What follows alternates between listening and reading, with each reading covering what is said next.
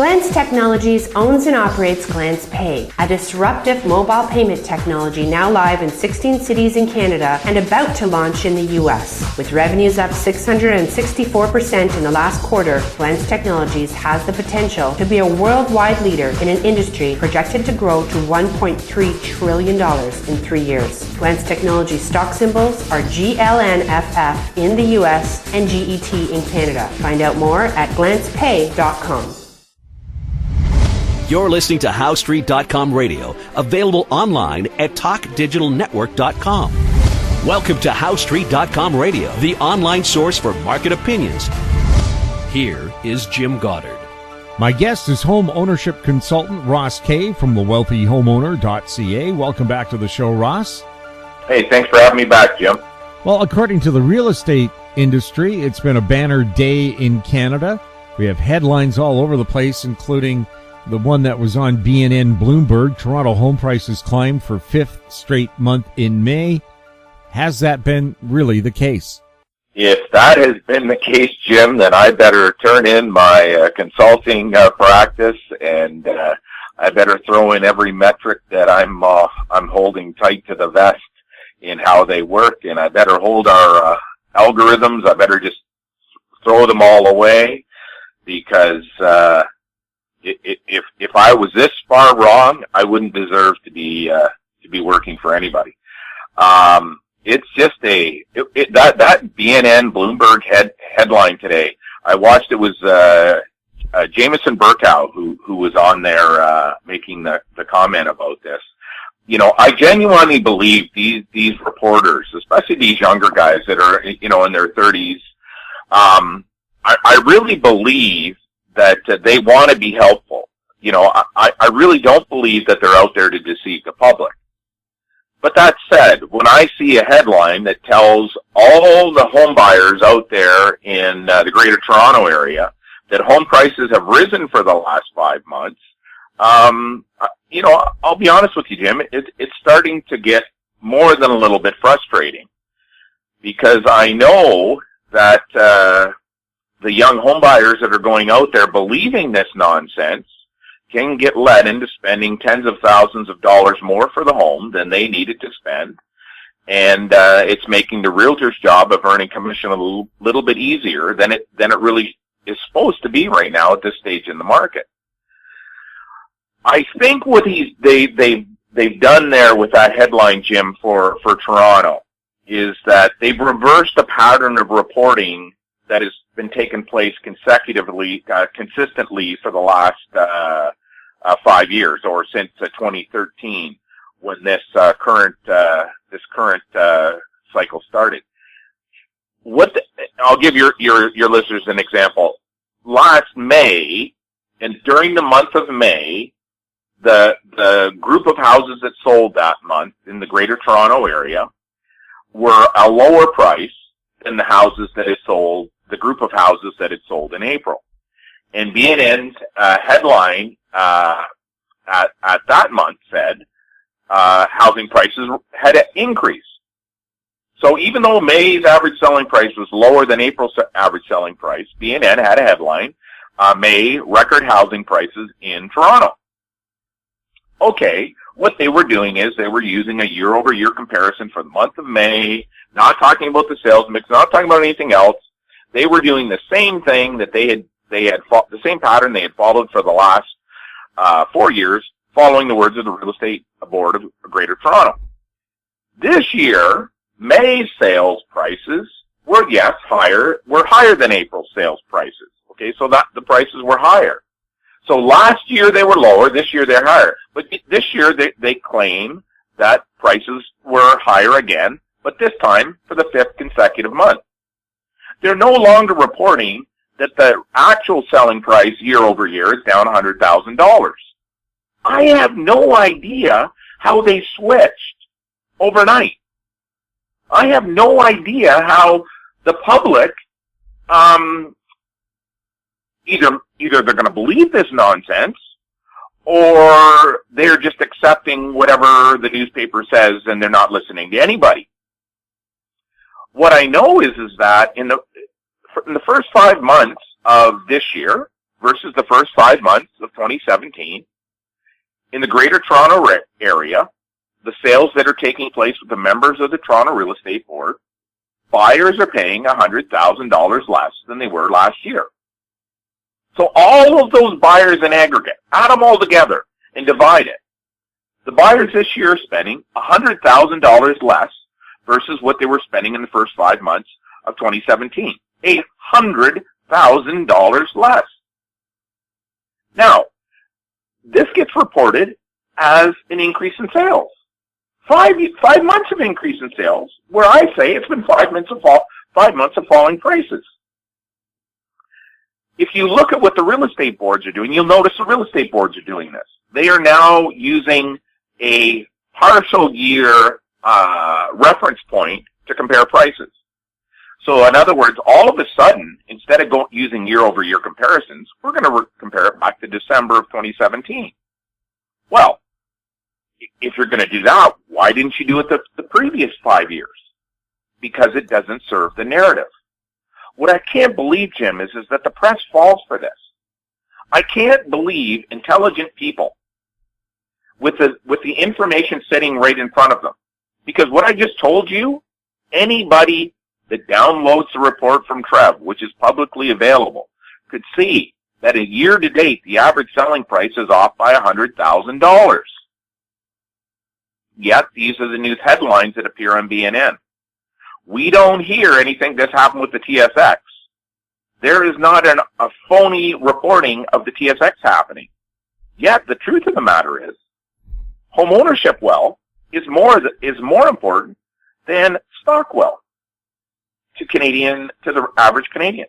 Canadians have more net wealth tied up in the family home than they do in the stock market or their pension plan, which is obviously that's part of the stock market, or that's where they invest those funds.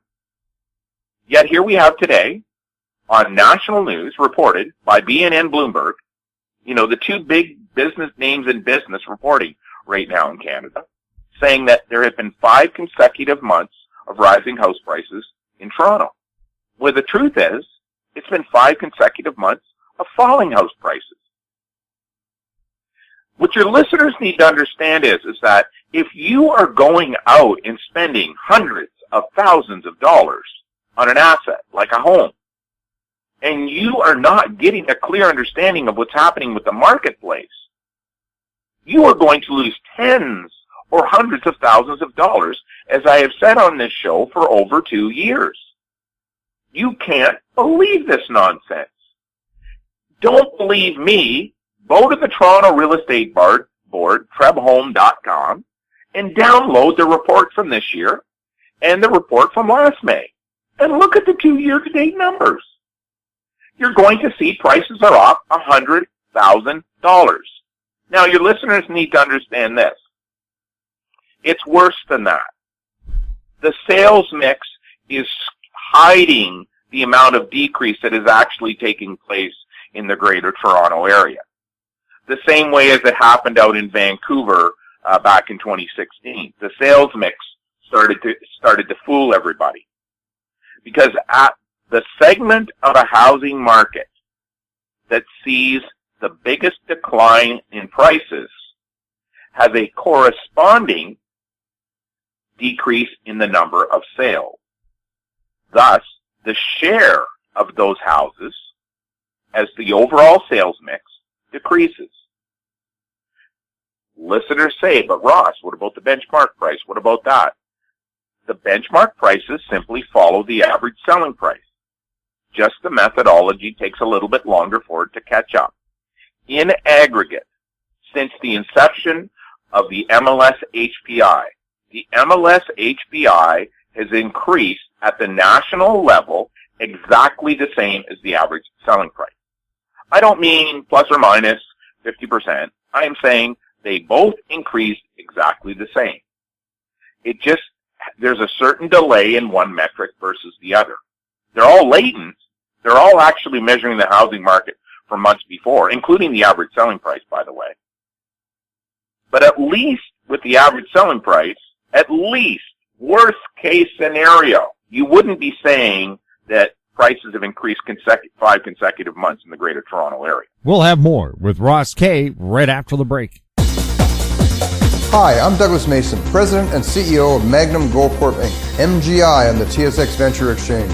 A 2015 drill program on the LH property intersected high-grade gold, including 16.9 meters of 13.58 grams and 11 meters of 20.66 grams per ton gold. A follow-up drill program is planned to further evaluate previously identified subsurface high-grade gold mineralization. Please visit our website at magnumgoldcorp.com. MGX Minerals is revolutionizing the new energy economy with patented lithium extraction technology, replacing traditional solar evaporation using low-cost, low-energy nanofiltration. The first system of this paradigm shift technology is currently being commissioned. MGX Minerals trades on the CSE, symbol XMG, the OTCQB, symbol MGXMF, and Frankfurt, symbol 1MG. For more information, visit our website, mgxminerals.com. Welcome back. We're speaking with Ross Kay. Ross, BNN Bloomberg again, another headline. Metro Vancouver's detached home prices could fall, according to the real estate board. Are they a little late on announcing that message? Oh, prices could fall. I think that Think Poll article that came out earlier this year that listed dozens and dozens and dozens of properties that were all selling at between 20 and 35% off their 2 year ago price would kind of make this report look a little bit foolish. Look, Jim, this is no different than this false reporting that has taken place in Toronto today about the 5 years of consecutive house prices. Real estate boards come to the table months or years after a housing market has already turned, and they start realizing they need to change their message to try to derive sales to create commissions for their members. Now, your listeners, please, you need to accept this. Even though you don't like it, even though you think it's wrong, if you looked at the provincial trading legislation, if you looked at the rules and regulations of the MLS system that a real estate board is running, if you look at the case law that has taken place in your province, and if you understand ordinary contract law, you wouldn't be upset with the Real Estate Board of Greater Vancouver for making claims about the housing market that, in my opinion, are not factual and in fact outright misleading. But you wouldn't be upset with them because they have always given you the out that these are stats from the Real Estate Board of Greater Vancouver. These are metrics, stats that we use to measure the housing market. You just, as a consumer, you just needed to take some time to read into the definitions of their metrics of what those metrics are saying. So in other words, you had to read that the new sales to listings ratio does not have any documentation anywhere in North America that it measures whether a housing market is balanced or not. Now, you could call up the Real Estate Board of Greater Vancouver and ask them to supply you with a research paper that proves that you can use the new sales to listings ratio to measure the market. They don't have it, so you wouldn't get one. You could call CMHC and ask them for theirs. They do not have it, so you would not get one. You may get a written paper back that says, oh, we think this is what it does, but you're not going to see a data research paper or a report that proves that it works. It doesn't exist because it doesn't work. Ross, how simple would it be to break it down to detached homes, condos, and townhouses? Well, first of all, they make it sound like it's hard. And the most real estate boards do that one, Jim. But that is really a useless number because houses are not bought and sold based on whether it's a detached house or a townhouse or a high-rise. Houses are bought and sold based on how much money home buyers can spend. Now, what I mean by that is, Jim, I would start with a young couple when they're first looking to buy a house. So let's go back way back in time. Let's go back to 1990. Okay, let's go way back to 1990. So some of your listeners can get an understanding that things really have not changed for first-time buyers at all. So back in 1990, in the Greater Toronto area, a young home buyer would come in and tell me they want to buy a house. They want to buy a small, single detached house. They'll even accept an older one.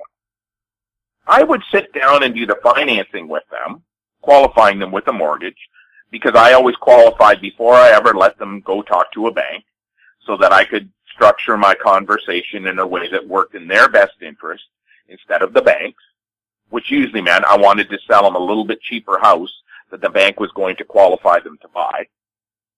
A lot didn't listen to me. They still listened to the bank, and they wanted me to sell them a more expensive home, so I did, but at least I tried. They would come into my office, and I would qualify them, but they would be qualified on how much money they were able to spend. So very quickly, that dream of a first-time older single detached home disappeared. Then we saw if they could qualify for a townhouse. Could they what townhouses in what communities could they qualify for? Now, communities, what I mean is neighborhoods within my local city here of Burlington. There were townhouses that they could afford, but maybe they weren't in areas or townhouses that they really wanted to own in. Because the lower priced townhomes were generally in it. There were some quality issues, or there were some home buyer issues in the neighborhoods where those townhouses existed. Those problems have all been eradicated over the last 30 years, but back then those problems were there. So maybe they didn't want to move to those lower priced townhouses, and they then had switched to a condominium, like a high-rise. Okay, so now I go to the high-rise. They purchase their first property and get in the property ladder, and they work their way up. The reason why everybody gets messed up with these benchmarks, which take a benchmark detached, benchmark townhouse, benchmark condominium, add the three together, divide by 3 to come up with the benchmark is, that's not how houses are bought. If your home buyers cannot afford detached like you have in Vancouver, they then turn to the townhouse. If they can't afford a townhouse, then they turn to the condo. If they're a hopeful townhouse buyer that can't afford a townhouse, moving into the condo high-rise market, generally they can afford to spend more on a high-rise condo, because that's the type of buyer we're talking about here. Maybe it's someone who can spend between $600,000 and $700,000. Well, you can't buy a townhome, but you can buy a more expensive condominium. So that's what you buy. So you need to look at these variables on a city-by-city basis based on the price points in that city. Our metrics, Jim, change. So when we're talking about an ownership situation, our forecast for homeowners, like if you already own a house, is predicated on you getting an appraisal done on your property and making some decision based on that appraisal. Maybe it's to borrow money. Maybe it's to decide whether or not you want to move or not. That metric, the way that we forecast for that price, is totally different than how we forecast for buyers. So when we're forecasting for buyers, we have to look at the overall market, not necessarily on how the house is going to appraise that they want to buy, but where the market is going. Because for the buying side, where the market is headed tells you how you should time it.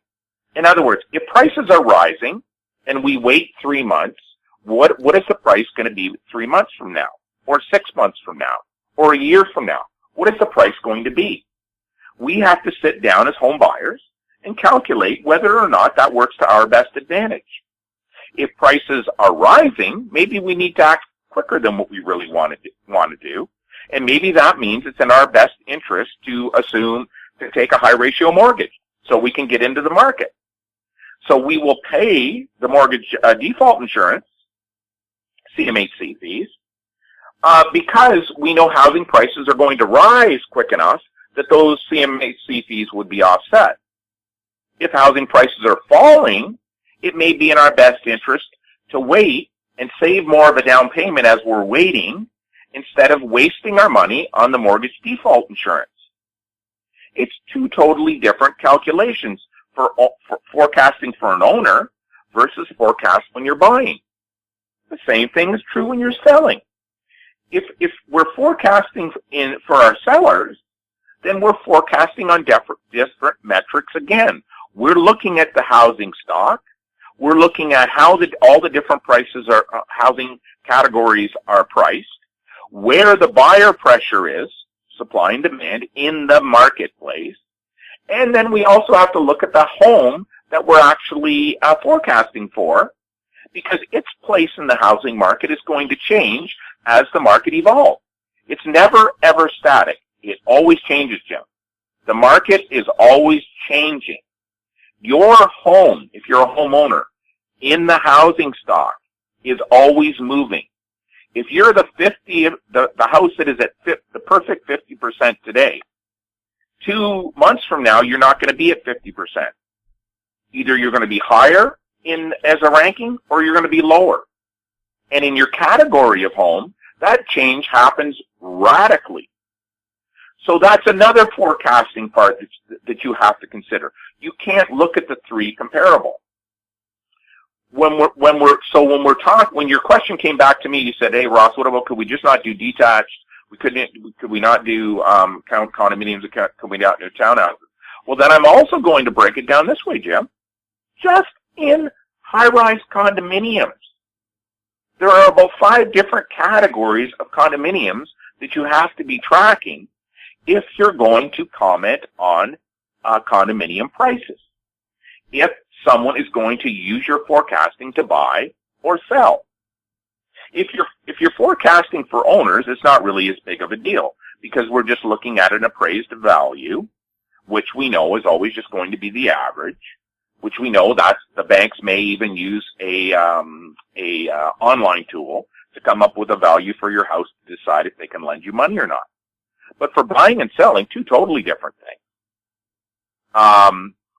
And if you aren't measuring the market for buying or for selling or for owning, you're going to make huge mistakes, which is what you get in the news today.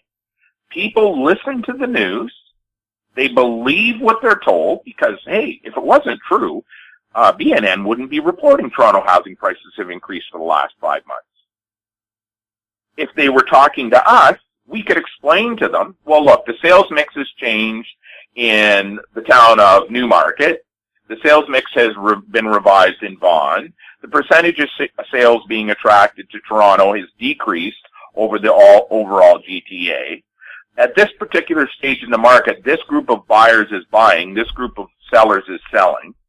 All of these variables can come into play, and you can pinpoint exactly what's going to happen next month. You can pinpoint exactly what's going to happen 3 months, 6 months out. 8 months out, you can be almost perfect. And then 12 months out, it depends if the market is turning or not. If the market is turning, you can't calculate 12 because it's like you go up one side of a hill, you come down the other. Unless you know where the peak is, you don't know how quickly you can come down the other side. So all of those variables need to be taken in place. So this comment that came out of the Greater Vancouver Real Estate Board today about this could put negative house pressure on price. What are you talking about? There are buyers out there in the Greater Vancouver area right now in the single detached market who are paying 35% off peak price. They're getting a 35% discount. Now, what I will tell your listeners about Vancouver is this. The market is so slow in Vancouver. The amount of money that is trading hands in Vancouver in the resale housing market is so slow that it's going to get slower. Your housing market is going to get even slower. You're going to hear of fewer sales next month in when June gets reported, and July. You're going to hear lower sales.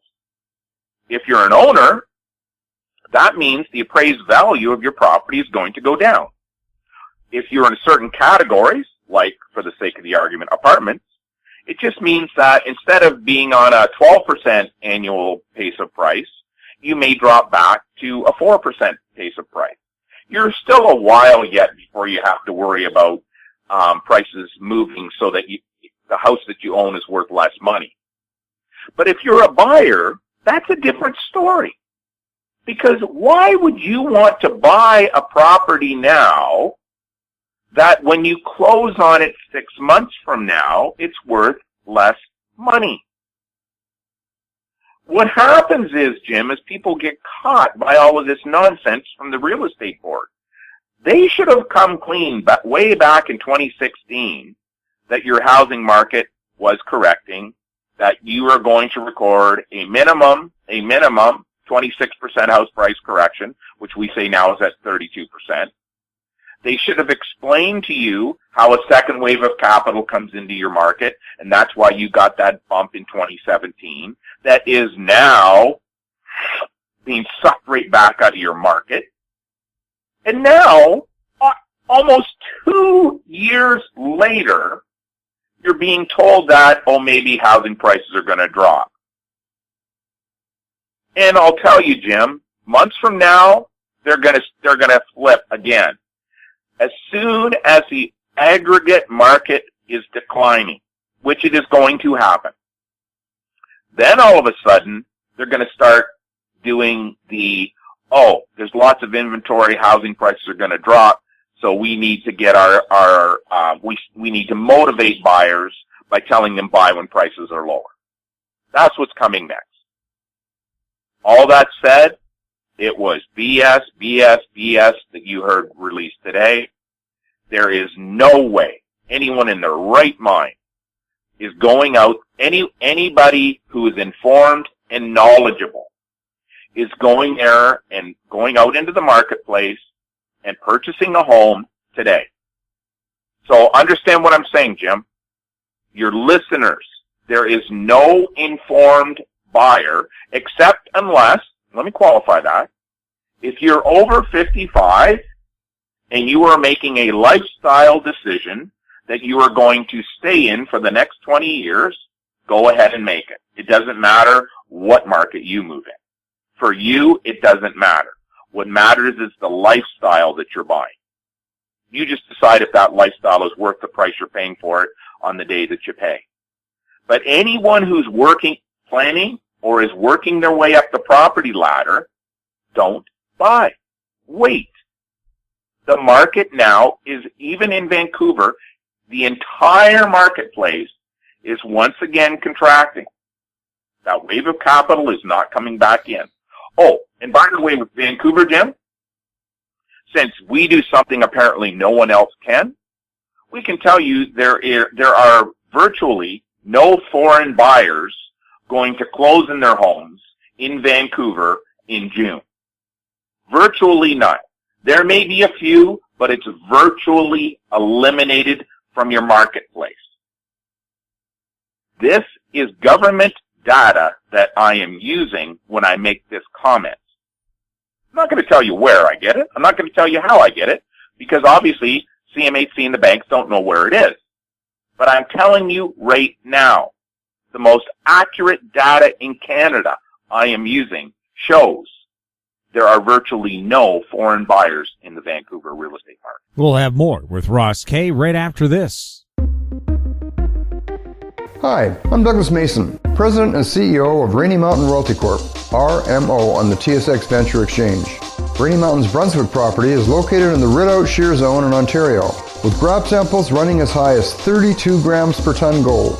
A follow-up drill program to test numerous targets located by recent groundwork is planned for early 2018. Please visit our website at rmroyalty.com. Don't miss out. Stay informed. Receive the HowStreet.com weekly recap with thought-provoking podcasts, radio, and articles delivered to your inbox. sign up for the HowStreet.com weekly recap on our homepage at HowStreet.com. Welcome back. We're chatting with Ross Kay. Ross, this is a question that came from a listener, and it's one that I'm sure everybody looking at a mortgage has to wonder about. Do you lock yourself into a long-term set rate that'll be higher than the variable rate that you'll be offered on a day or monthly basis? So what should you do right now, especially considering the kind of interest rate kind of atmosphere that we're in right now? Oh, it's probably the most dangerous time for a homeowner or home buyer, Jim, in terms of the mortgage market. The bank manipulation of the behavior of homeowners or home buyers has reached probably what I have seen. I haven't seen this, Jim, probably since 1990. It's been that long since I've seen the banks work this hard. You see, what happens is, Jim, is the banks are calculating their profit margins, and they're calculating how they are going to attract customers or maintain customers as the housing market continues to slow across Canada. They are using strategies to affect the behavior of homeowners and home buyers in what mortgages they select. What the banks are doing right now, Jim, is that they're looking at they're keeping their posted 5, and since we track this, we watch 10-year rates, 5 and 10-year rates. They're keeping those rates extremely high, basically as high as they can go without a red flag being signaled by the OSFI that something's up. And at the same time, they're having these variable rates at such a low point that it's almost hard for a consumer to rationalize not taking it. And the mortgage brokers, it's a way for them to sell and make money. Real estate agents, it's a way they can sell you more expensive home. The banks, it's a way for them to control you now and into the future. What your listeners need to understand, Jim, is that every single homeowner is unique in terms of how they should approach their mortgage financing situation. I know it sounds like an oversell or something, but this is really important to your listeners. Every single person is different. Now, what I mean by that is that the amount of money that you want to borrow from the bank will vary depending upon your age, your job outlook, your raise potential, your family situation, your health. All of those factors come into play in terms of the amount of mortgage that you should even be looking at. The term of mortgage that you're looking at is similarly impacted by so many different variables. But that variable also comes into play the type of home that you own or you're thinking about buying. Then you have the mortgage interest rate.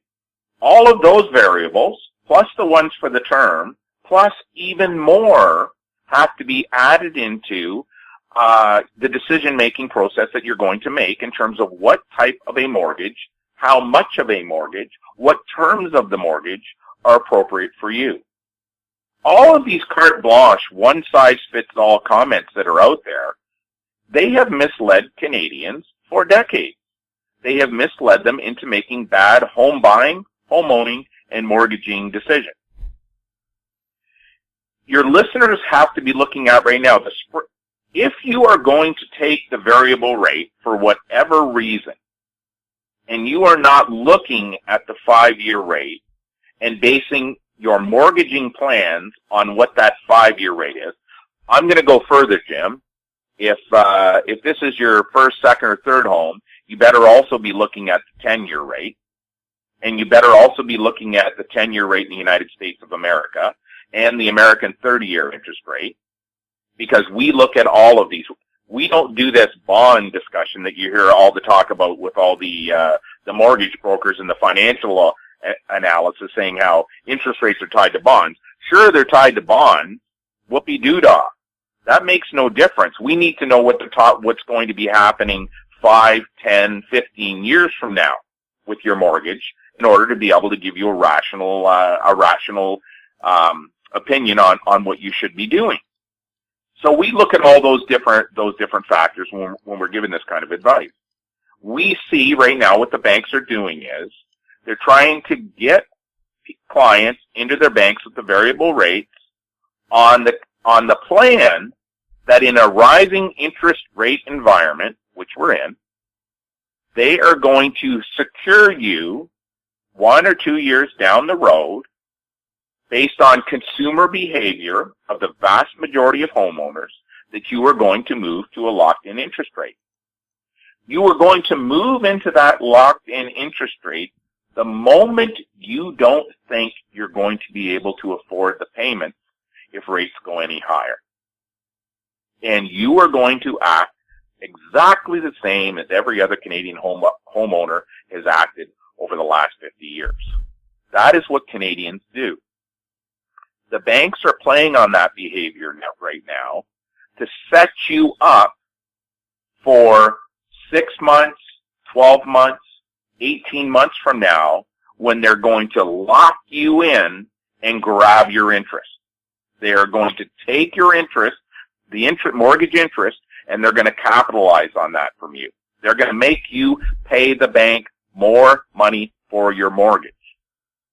So, you need to be structuring any mortgage that you're taking right now to take that into consideration. At the same time, you're mitigating risk in the mortgage market, the housing market, the economy, your job, and your family. You need to take all of these into consideration when you're making a mortgaging plan. We call a person who does this a mortgage originator. That's what we call them.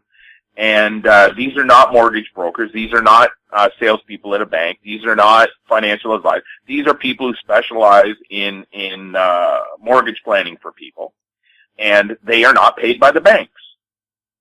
You need some assistance like that to be able to make a plan. You can't read this in a book because the amount of experience that it takes to understand the thousands of unique home buyers and homeowners out there that all need to be fine-tuned to save hundreds, thousands, tens of thousands of dollars in mortgage interest at the same time as protecting yourself, your family, and your home in the future. It's really just overwhelming. You can't put this all into a book. You can understand it when someone's sitting there and walking you through the process, but you can't just put this into a book. So, please, don't believe anything you read in the newspaper about doing this with a variable rate or doing this with a fixed rate. What I'm telling you is the people that are speaking this way have not handled thousands of homeowners over decades and decades of home ownership. Because you need to understand all of the potential problems that are going to happen on the horizon. We are in the rising interest rate cycle. Odds are this interest rate cycle, will not be able to rise as quickly, interest rates rising, as historical economics suggests will happen. As we have said in your show before, we see a recession heading for this country based on the housing market. It has not been avoidable in the past. I do not see it being avoidable today. We already know what happens in the last recession. The government did QE, and interest rates dropped, and then were held artificially low. This is what we call the interest rate trap, and we think this is what's probably going to happen in the next 5 to 10 years. This is probably what we're looking at in that horizon. That said, you need to be sure that you're looking at the variable, the 5-year, the 10-year rate, and the 10 and the 30-year rates in the United States. You need to be looking at all those things and saying, what if all these experts were right? What if all these people the banks employ to forecast interest rates that allow them to set the long-term interest rates like 5 years, 10 years, 30 years. What if all those people were right? What if their forecasting was right? You've got to make your own decision based on that. Ross, thank you so much for chatting with us. Hey, thanks for having me back on, Jim. My guest has been home ownership consultant Ross Kay from thewealthyhomeowner.ca. Reminder that every weekend we have This Week in Money, where we talk to some of the world's top experts on the economy and how to invest. You're listening to HoweStreet.com radio. Our popular YouTube channel is Talk Digital Network. Find us on Twitter at HoweStreet. Questions for the show can be sent to info@HoweStreet.com. I'm Jim Goddard. Thanks for listening. Comments made on HoweStreet.com radio are an expression of opinion only and should not be construed in any matter whatsoever as recommendations to buy or sell any financial instrument at any time. Available online at TalkDigitalNetwork.com. HoweStreet.com radio is a production of Howe Street Media Incorporated.